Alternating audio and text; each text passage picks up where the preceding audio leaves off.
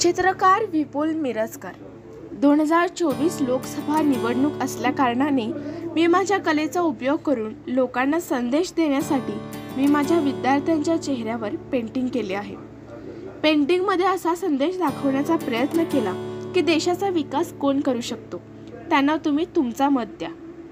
2019 मध्ये 67% मतदान झाले आहे, तर 2024 मध्ये 100% मतदान व्हावा म्हणून मी लोकांना विनंती करतो की तुमचा एक मत देश बदलू शकतो, त्यासाठी सर्वजण मतदान करावे।